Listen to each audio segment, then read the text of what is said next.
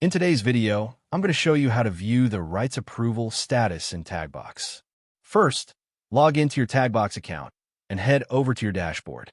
From there, select the social feed or widget where you've collected your user-generated content. Next, click on the moderation section. This is where you can manage all the posts pulled into your feed. Now, look for the Rights Management or Rights Approval tab, depending on your dashboard version. Here, you'll see the approval status for each post you've requested rights for. You'll usually find statuses like pending, approved, or rejected.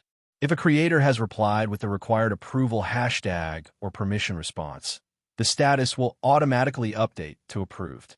You can also click on individual posts to see more details about the rights request, including when it was sent and whether the creator has responded. And that's it. That's how you can quickly view the rights approval status in Taggbox. Thank you for watching this video.